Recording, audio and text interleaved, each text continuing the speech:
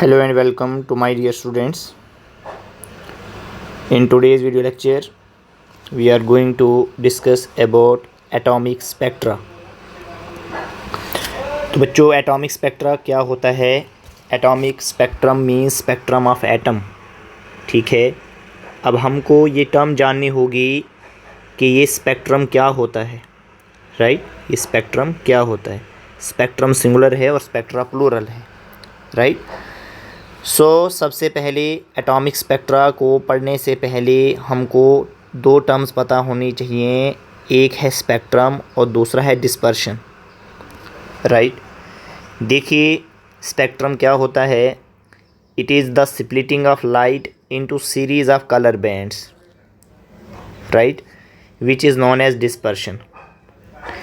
Light का split होना बहुत सारे कलर बैंड्स में, उसको हम डिस्पर्शन कहते हैं. और जो सीरीज़ हमको कलर बैंड्स की मिलती है उसे हम स्पेक्ट्रम कहते हैं. ध्यान से सुने कि देखिए जैसे हम 10th क्लास में पढ़ते हैं कि जब भी प्रिज्म से वाइट लाइट को पास किया जाए, that white light gets splitted into 7 colours which is known as dispersion of light. Right, and the color of bands which are obtained in a series. बहुत सारे कलर बैंड्स हमको series में मिलते हैं जिसे हम क्या कहते हैं? स्पेक्ट्रम कहते हैं. राइट. अब क्या है कि हमारे पास जो स्पेक्ट्रम है ये दो तरह के होते हैं. One is called continuous spectrum. एक को हम कंटिन्यूस स्पेक्ट्रम कहते हैं और दूसरे को हम डिसकंटिन्यूस स्पेक्ट्रम कहते हैं. अब कंटिन्यूस वर्ड और डिसकंटिन्यूस वर्ड तो हम समझते हैं, लेकिन देखिए स्पेक्ट्रम मीन्स ऐसा series of colour bands. Right, spectrum क्या है? सीरीज़ ऑफ कलर बैंड्स है. राइट. तो ऐसा सीरीज़ है कलर बैंड्स का कि उन कलर्स के बीच में हम जो है डिफ्रेंशिएट नहीं कर पा रहे हैं कि कौन सा कलर कहाँ से स्टार्ट हो रहा है. कलर्स की क्या है? मिक्सिंग है. राइट. तो उसे हम क्या कहेंगे? कंटिन्यूस स्पेक्ट्रम कहेंगे. फॉर एग्ज़ाम्पल सब ने जो है रेनबो देखा होगा. राइट. तो रेनबो जो है, देखिए यहाँ पे हमने एक रियल व्यू रखा है रेनबो का. तो रेनबो में भी 7 कलर्स होते हैं, बट हमें यहाँ पे ये मर्ज अप कलर्स दिख रहे हैं. We are not able to differentiate between the violet, red, indigo, blue, green, yellow, orange. हम जो है कुछ भी यहाँ पे डिफ्रेंशिएट नहीं कर पा रहे हैं. ये कलर सारे क्या है? मर्ज अप है यहाँ पे. तो इस तरह का जो ये स्पेक्ट्रम है इसे जो है कंटिन्यूस स्पेक्ट्रम कहा जाता है. ये भी क्या है? एक स्पेक्ट्रम है. तो ये भी क्या है? एक कंटिन्यूअस स्पेक्ट्रम का एग्जाम्पल है. राइट. यहाँ जैसे हमारे पास सनलाइट का जो स्पेक्ट्रम ऑब्टेन होगा. राइट, जैसे हमने कहा कि वाइट लाइट जब प्रिज्म से पास होता है तो सीरीज़ ऑफ कलर बैंड्स जो ऑब्टेन होता है, तो वो भी हमारे पास कंटिन्यूस स्पेक्ट्रम का एग्जाम्पल आता है. राइट.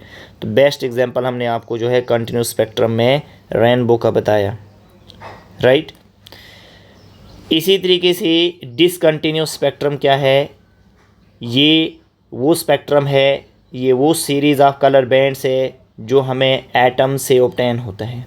जो हम केमिस्ट्री में एटम्स का स्पेक्ट्रा स्टडी करने जा रहे हैं वही क्या है? डिसकंटिन्यूस स्पेक्ट्रम है, जो हमारा टॉपिक है एटॉमिक स्पेक्ट्रम.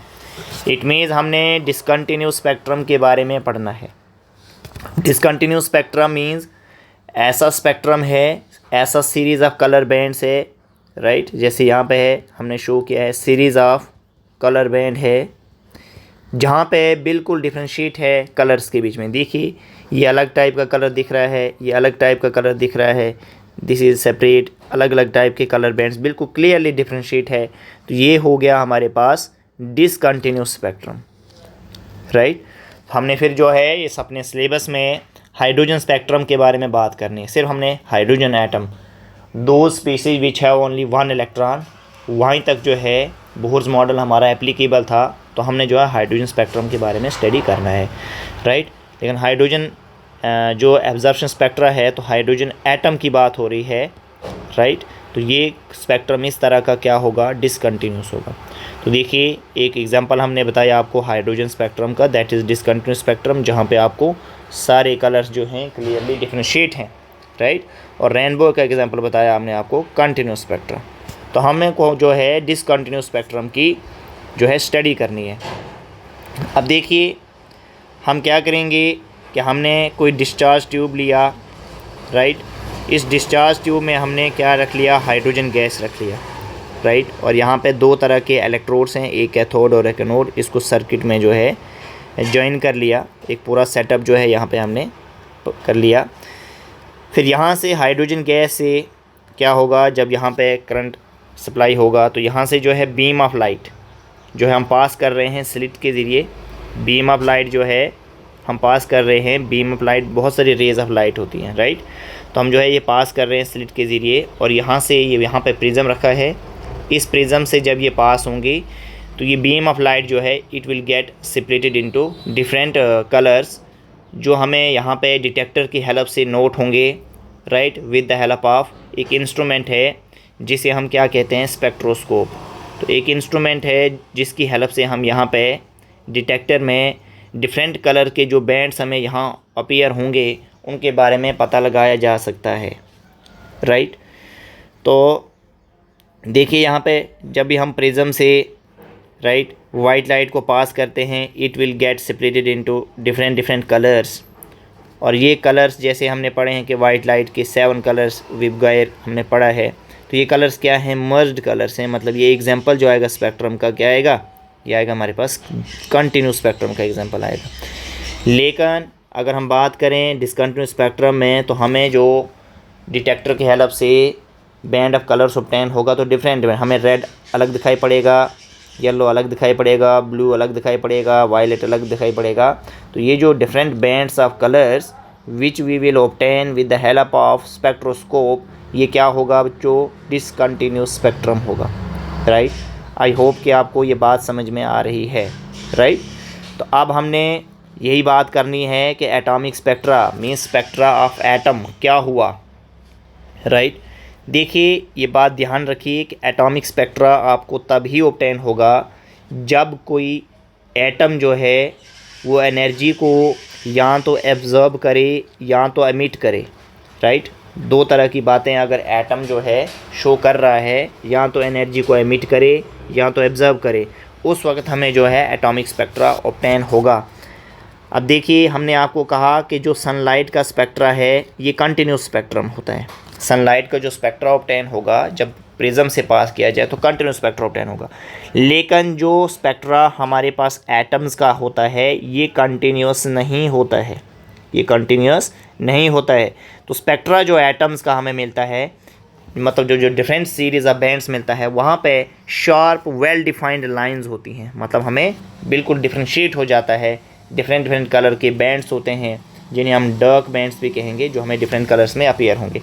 तो और उन कलर बैंड्स की जो फ्रीक्वेंसी होगी वो भी डेफिनेट होगी, फिक्स होगी। अलग अलग कलर्स की जो होगी डिफरेंट फ्रीक्वेंसी होगी, राइट। अब हम बात करते हैं टाइप्स ऑफ एटॉमिक स्पेक्ट्रा। तो एटॉमिक स्पेक्ट्रा हमारे पास दो तरह के हैं, क्योंकि एटॉमिक स्पेक्ट्रा हमें ऑब्टेन होगा जब एटम एनर्जी को एब्जर्व करे या एमिट करे। तो जब एटम एनर्जी एब्जर्व करेगा तो जो स्पेक्ट्रा मिलेगा that is known as absorption spectra, और जब भी एटम एनर्जी को एमिट करे that is known as emission spectrum, right. तो अब हम वन बाय वन जो है इसके बारे में पढ़ेंगे, राइट। देखिए सबसे पहले ये बात ध्यान में होनी चाहिए कि जैसे हम पढ़ते हैं कि एटम के सेंटर में क्या होता है, न्यूक्लियस होता है विच इज़ पॉजिटिवली चार्ज। क्या होता है, न्यूक्लियस होता है।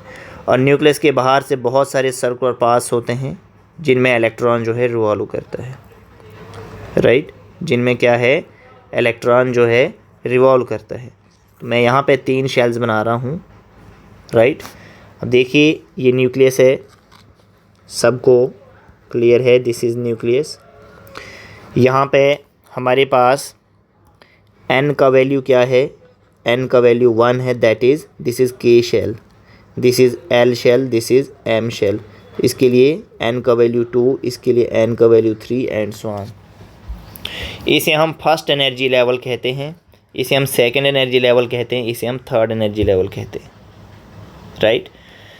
जो फर्स्ट एनर्जी लेवल होता है इसकी एनर्जी सबसे कम होती है। जैसे जैसे हम न्यूक्लियस से दूर भागते जाएंगे, जैसे जैसे हम न्यूक्लियस से बाहर की ओर चलेंगे तो एनर्जी क्या हो जाती है, इंक्रीज़ होती है। इट मीन्स जो ये शेल है, अगर इन तीनों को कंपैरिजन में करूँ तो इसकी एनर्जी हाई होगी और इसकी एनर्जी क्या होगी, कम होगी, राइट। तो इन्हीं शेल्स को, इन्हीं ऑर्बिट्स को हम क्या कहते हैं, इन्हीं शेल्स को हम एनर्जी लेवल्स कहते हैं, एनर्जी लेवल्स कहते हैं, राइट। अब देखिए जो एमिशन स्पेक्ट्रा है, वर्ड से याद रखिए, एमिशन मतलब एमिट करना, एनर्जी को एमिट करना। तो अब जो भी एटॉमिक स्पेक्ट्रा है वो डिसकंटिन्यूस स्पेक्ट्रा है। तो a discontinuous spectra consisting of sharp lines क्या होती हैं, बिल्कुल अलग अलग लाइंस हमें दिखाई पड़ती हैं और उन कलर बैंड्स की क्या होती है, डेफिनेट वेवलेंथ होती है, राइट, और फ्रीक्वेंसी भी होती है। And separated by dark bands is observed on examining the radiations emitted from the excited substance by a spectroscope. तो मतलब क्या है कि हम स्पेक्ट्रोस्कोप की हेल्प से जो रेडिएशंस एमिट होती हैं किसी भी सब्सटेंस से, तो उसे हम क्या कहेंगे, एमिशन स्पेक्ट्रा कहेंगे। एमिशन स्पेक्ट्रा क्या है, एक डिसकंटिन्यूस स्पेक्ट्रा है जहाँ पे हमें शार्प लाइंस ऑब्टेन होती हैं, राइट। जैसे किस तरह की लाइंस ऑब्टेन होती हैं, यहाँ पे हमें ये शार्प लाइन जो हैं ऑब्टेन होती हैं, जिस तरीके से हमने आपको यहाँ पे दिखाया, एक तरह की शार्प लाइंस ऑब्टेन होती हैं। बीच में क्या रहते हैं, डार्क बैंड्स रहते हैं, ठीक है, और कलर्स की शार्प लाइंस आपको जो है दिखाई पड़ती हैं। तो इस तरह से जो ये डिसकंटिन्यूस स्पेक्ट्रा है जिसकी शार्प लाइंस हों और उनकी वेवलेंथ क्या हो, डेफिनेट हो, और वो सेपरेट हों डार्क बैंड से, और जब उन रेडिएशंस को ऑब्ज़र्व किया जाए, एग्जामिन किया जाए, ठीक है, स्पेक्ट्रोस्कोप की हेल्प से, तो जो हमें सीरीज़ ऑफ बैंड्स मिलेगा उसे हम एमिशन स्पेक्ट्रा कहेंगे। सच अ स्पेक्ट्रम जिसमें क्या होंगी, शार्प लाइंस होंगी डेफिनेट वेवलेंथ की, उसी को हम एमिशन स्पेक्ट्रा या फिर लाइन स्पेक्ट्रा भी कहते हैं, क्योंकि हमें लाइंस जो हैं दिखती हैं, राइट।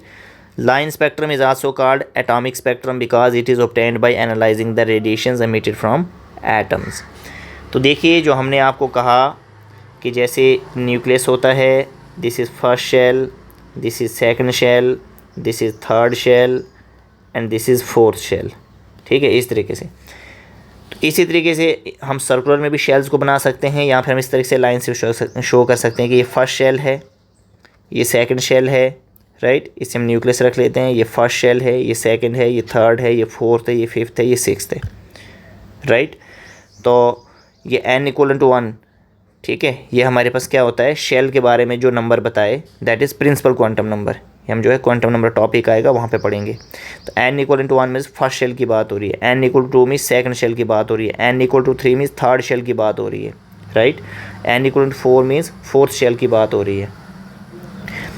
तो देखिए हमने यहाँ पे बात करनी है कि देखिए हमारे पास मान लीजिए इलेक्ट्रॉन जो है हमारे पास इस वक्त सपोज़ करें कि वो जो है फोर्थ एनर्जी लेवल में है इलेक्ट्रॉन जो रिवॉल्व कर रहा है, तो इसकी एनर्जी क्या है, यहाँ पे हाईएस्ट है, ठीक है। जितनी एनर्जी ज़्यादा होगी तो क्या होगा, अनस्टेबल होगा, एटम अनस्टेबल होगा। तो ये इलेक्ट्रॉन यहाँ से जंप करके अगर फर्स्ट एनर्जी लेवल में आना चाहता है तो इसे एनर्जी क्या करनी पड़ेगी, लूज़ करनी पड़ेगी in the form of radiations, in the form of radiations. तो देखिए इलेक्ट्रॉन जो है ये थर्ड एनर्जी लेवल में भी आ सकता है, फोर्थ से सेकंड में भी आ सकता है, फर्स्ट में भी आ सकता है। तो इस तरीके से जब ये डिफरेंट एनर्जी लेवल्स में आएंगे तो डिफरेंट जो हैं हमारे पास कलर्स अपीयर होंगे स्पेक्ट्रम पे। तो उन कलर्स के जो है अलग अलग नाम रखे गए हैं। जैसे हाइड्रोजन एटम की स्टडी की गई है, तो हाइड्रोजन एटम के अंदर भी जैसे अगर ये न्यूक्लियस है तो ये पहला शेल आ गया, ये दूसरा शेल आ गया, ये थर्ड शेल आ गया, इस तरीके से शेल्स होंगे बहुत सारे। तो अगर हाइड्रोजन एटम के अंदर इलेक्ट्रॉन जो है वो थर्ड शेल में, सपोज़ इलेक्ट्रॉन थर्ड शेल में है, राइट, और ये इलेक्ट्रॉन यहाँ से थर्ड शेल से अगर सेकंड शेल में आ रहा है, ठीक है, देखिए थर्ड शेल से हमारे पास जो है ये सेकंड शेल में भी आ सकता है, राइट। ये थर्ड शेल से फर्स्ट शेल में भी आ सकता है, राइट।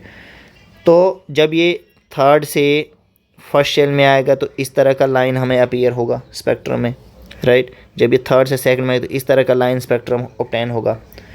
तो ये डिफरेंट सीरीज़ हमको यहाँ पे मिलती हैं। तो डिफरेंट साइंटिस्ट ने स्टडी किया, जैसे लाइमन साइंटिस्ट थे, उन्होंने कहा कि जब भी इलेक्ट्रॉन किसी हायर एनर्जी लेवल से, चाहे वो सेकंड से फर्स्ट में आए, चाहे वो थर्ड से फर्स्ट में आए, चाहे वो फोर्थ से फर्स्ट में आए, चाहे वो फिफ्थ से फर्स्ट में आए, चाहे वो सिक्स्थ से फर्स्ट में आए, किसी भी हायर एनर्जी लेवल से अगर वो फर्स्ट एनर्जी लेवल में आ रहा है इलेक्ट्रॉन, तो हमें जो सीरीज़ ऑफ कलर बैंड्स मिलेगा तो उसने नाम रख दिया उनका लाइमन सीरीज़। ऐसे ही अगर सेकंड एनर्जी लेवल में इलेक्ट्रॉन आ रहा है किसी भी हायर एनर्जी लेवल से, चाहे वो थर्ड से आ रहा है, चाहे वो फोर्थ से आ रहा है, चाहे वो फिफ्थ से आ रहा है एंड सो ऑन, तो उसे दूसरे साइंटिस्ट ने स्टडी किया और नाम रखा बामर सीरीज़, राइट।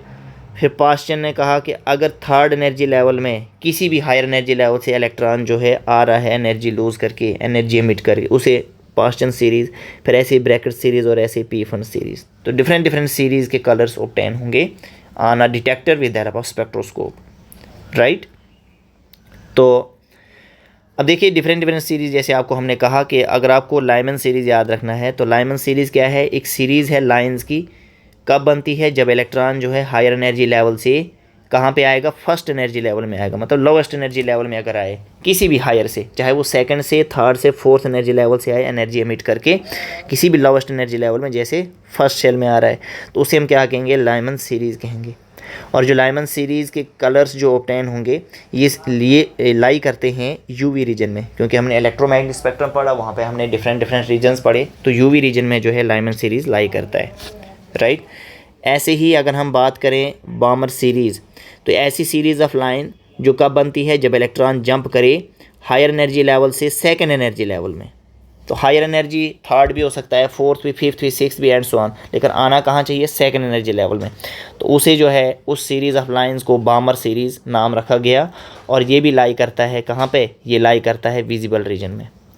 इसी तरीके से पास्चन सीरीज़, ऐसी सीरीज़ ऑफ लाइन, ठीक है, जो ऑब्टेन होगी जब भी इलेक्ट्रॉन जो है थर्ड एनर्जी लेवल में आए किसी भी हायर एनर्जी लेवल से, राइट।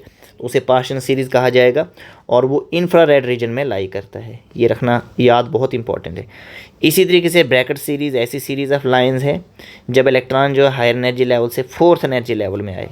अब जहाँ के लिए आ रहा है, जैसे फोर्थ एनर्जी लेवल में आ रहा है, तो इसे हमने फोर्थ एनर्जी लेवल को N1 मान लेना है उस वक्त। और जहाँ से भी आ रहा है, चाहे वो फिफ्थ से आ रहा है, चाहे वो सिक्स से आ रहा है, तो उसे हम N2 जो है, अगर फिफ्थ एनर्जी लेवल से आ रहा है तो इस वक्त ये N2 हो गया। अगर सिक्स से आ रहा है तो उस वक्त ये N2 की वैल्यू हो गई।